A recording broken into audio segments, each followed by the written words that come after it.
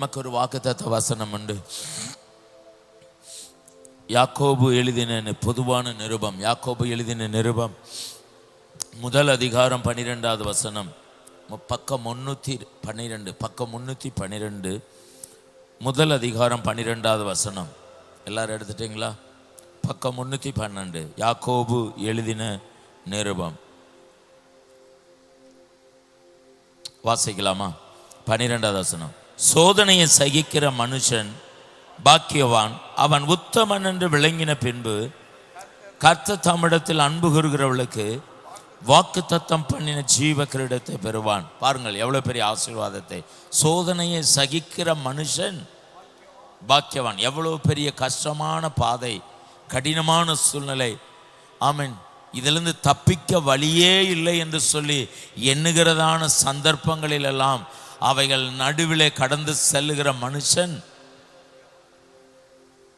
இதுதான் வரக்கூடாதுன்னு நாங்கள் நினைக்கிறோம் அப்படிங்கிறீங்களா? ஆனால் வேதம் தெளிவாக சொல்லுது, நம்மை உத்தமன் என்று விளங்க பண்ணுவதற்கு, அல்லேலூயா, நம்மை நீதிமான்கள் என்று விளங்க பண்ணுவதற்கு, நம்மை கர்த்தரால் மேன்மைப்படுத்தப்பட்டவர்கள் என்று சொல்லுவதற்கு ஒரு வாய்ப்பை கர்த்தர் வைத்திருக்கிறார். அந்த வாய்ப்பு தான் சோதனைகளின் நடுவிலே நாம் கடந்து செல்லுவது. அல்லேலூயா. சோதனையே வராத மனுஷன் ஒருபோதும் உத்தமன் என்று விளங்க முடியாது. பேதுரு அப்போஸ்தலன் தன்னுடைய முதலாம் நிருபத்தில் எழுதும் பொழுது இவ்வாறு சொல்லுகிறார், ஆமென், அழிந்து போகிற பொன் அக்கினியிலே சோதிக்கப்படுவதைப் போல அதை காட்டிலும் விலையேற பெற்றதாய் இருக்கிற நமக்குள்ளாய் இருக்கிற அந்த விசுவாசம் சோதிக்கப்படுவது அதிக நிச்சயம். அப்படி சோதிக்கப்பட்ட பிறகு நாம் எப்படிப்பட்டவர்களாய் விளங்குகிறோமா?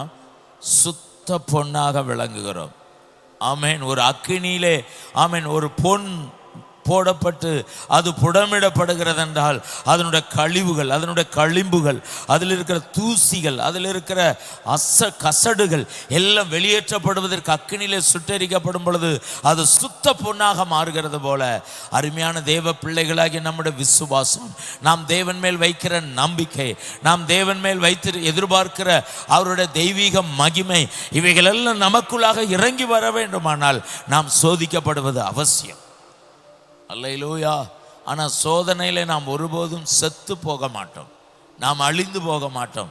ஆமென். பொன் அக்னியிலே போடும் பொழுது அது சுத்த பொன்னாக தான் விளங்குகிறது. இதெல்லாம் பைபிளே நமக்கு சொல்லுகிறது என்றால், கர்த்தரே எழுதி வைத்திருக்கிறார் என்றால், நாம் சில பாதைகளின் நடுவில் கடந்து செல்வதற்காக கர்த்தருக்கு நன்றி செலுத்தணும்.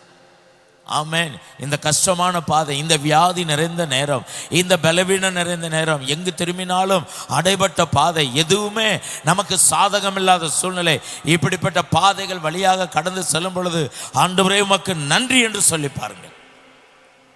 அவைகளின் நடுவில் இலகுவாக கடந்து செல்வதற்கு கர்த்தர் நமக்கு கிருபை தருவார். அல்லேலூயா. சோதனை சகிக்கிற மனுஷன் பாக்கியவான், அவன் உத்தமன் என்று அதற்கு பிறகுதான் விளங்குகிறான். உத்தமன் என்று விளங்கின பின்பு கர்த்தர் தம்மிடத்தில் அன்பு கூறுகிறவர்களுக்கு, அவனுக்கு தான் அந்த உத்தமன் என்று விளங்குகிற அவர்களை பார்த்தான் கர்த்தர் சொல்கிறார், தம்மிடத்தில் அன்பு கூறுகிறவர்களுக்கு என்று. தம்மிடத்தில் அன்பு கூறுகிறவர்கள் யாராம்? சோதனை சகிக்கிறவர்கள். தம்மிடத்தில் அன்பு கூறுகிறவர்கள் யார்? அவருக்கு பிரியமானவர்கள் என்று பெயர் பெறுகிறவர்கள், உத்தமர்கள் என்று பெயர் பெறுகிறவர்கள், பரிசுத்தவான்கள் என்று பெயர் பெறுகிறவர்கள். அவர்களுக்கு தான் கர்த்தர் வைத்திருக்கிற வெகுமதி ஜீவ கிரீடம். அல்லேலூயா. பரலோகத்திற்கு போனால் மாத்திரம் நமக்கு கிரீடம் கிடைக்கிறது என்றல்ல, இந்த பூமியிலே கர்த்தர் நமக்கு ஒரு மேன்மையை, ஒரு மகத்துவத்தை, ஒரு ஆமென் உன்னதமான அனுபவத்தை, இந்த பூமியிலே நம்மை பார்க்கிற வெளி உலகம் நம்மை மெச்சிக்கொள்கிற அளவுக்கு கர்த்தர் ஒரு ஜீவ கிரீடத்தை நமக்கு தருகிறார். நான் சொல்லுகிறது பரலோகத்தில் மாத்திரமல்ல, இந்த பூமியில கர்த்தர் தருகிறார். உங்க கண்களுக்கு அது புலப்படாமல் இருக்கலாம், ஆனால் உங்களை கர்த்தர் மேன்மையாக காண்பிக்க விரும்புகிறார். நம்ம எல்லாரும் எழும்பி நிற்போம். ஆண்டவர் இந்த வார்த்தையின்படி நமக்கு கொடுத்திருக்கிற நல்ல இந்த நாளுக்காக நாம் கர்த்தருக்கு நன்றி செலுத்துவோம். அல்லேலூயா. ஆண்டவரே உமக்கு ஸ்தோத்திரம். சோதனை என்பது நாங்கள் விரும்புகிற ஒரு காரியம் அல்ல. கஷ்டமான பாதை என்பது எங்களுக்கு அது தேவை என்று நாங்கள் எதிர்பார்க்கிறது இல்லை. ஆனால் எங்கள் தேவன் எங்களை இந்த பாதையில் நடத்தி எங்களை உத்தமன் என்று விளங்க பண்ண வேண்டும் என்பதுதான் உங்கள் திட்டமாக இருக்குமானால் அதன் நடுவிலும் நாங்கள் கடந்து செல்ல எங்களுக்கு கர்த்தர் கிருபை தாங்க. அதற்கு தேவையான பொறுமை, அதற்கு தேவையான தாழ்மை, அதற்கு தேவையான பரிசுத்தம், அதற்கு தேவையான சகிப்புத்தன்மை, அதற்கு தேவையான நீடிய பொறுமை, அதற்கு தேவையான அன்பு, அதற்கு தேவையான உண்மை, இவைகள் எல்லாவற்றையும் எங்களுக்குள்ளாக கர்த்தர் போடுவீராக. அந்த ஆவியின் கனிகள் என்று சொல்லப்படுகிற அந்த ஆண்டவரே கர்த்தாவே எல்லா விதமான அந்த ஆவியின் வரங்கள் எங்களுக்குள்ளாக கடந்து வரும் பொழுது, நாங்கள் உத்தமன் என்று விளங்கும் பொழுது, தேவனுடைய பார்வையிலே அவரில் அன்பு செலுத்துகிறவள் என்ற ஃப்ரேமை அடைகிறோம். அப்பொழுதுதான் நாங்கள் இந்த உலகத்திலும் மறுமையிலும் மேன்மையான ஸ்தானத்தை அடைகிறோம். ஆண்டவரே, அப்படிப்பட்ட கிருபைகளை கர்த்தர் எங்களுக்கு வைத்திருக்கிறீர். அதற்காக நாங்கள் உமக்கு நன்றி செலுத்துகிறோம். இந்த கால வேளையிலும் செபித்த எங்கள் ஒவ்வொருவரை கர்த்தர் ஆசீர்வதிங்க.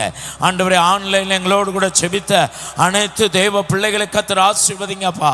எங்களிடத்தில் செபிக்க கேட்டுக்கொண்ட இந்த வாரம் முழுவதும் செபித்த அனைத்து நபர்களையும் கர்த்தர் ஆசீர்வதிப்பீராக, ஆசீர்வதிப்பீராக. சிலருக்கு கர்த்தர் நன்மையானவைகளை, அற்புதமானவைகளை இந்த ஜெப நாட்கள் மூலமாக கர்த்தர் செய்து கொண்டு வருகிறீர். அதற்காக நன்றி செலுத்துகிறோம். இந்த சனிக்கிழமையிலும் நாங்கள் உமக்கு நன்றி செலுத்த நீர் கொடுத்த கிருபைக்காக நன்றி. நாளை எங்கள் ஆராதனை ஆசீர்வதிங்க, உங்க பந்தியை ஆசீர்வதிங்க, ஞானஸ்தான ஆராதனை ஆசீர்வதிங்க, சிறுவர் ஊழியத்தை ஆசீர்வதிங்க, வாலிபர் கூட்டத்தை ஆசீர்வதிங்க. ஆண்டவரே, ஒவ்வொரு பகுதிகளிலும் கர்த்தருடைய தெய்வீக மகிமை எங்க மத்தியிலே இறங்குவதாக. ஆண்டவரே,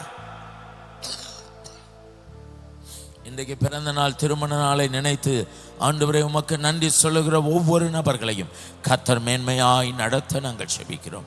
உங்க கிருபையின் கரம் எப்பொழுதும் உடைய பிள்ளைகளோடு கூட இருக்கட்டும். இயேசுவின் நாமத்தில் பிதாவே, ஆமென். என்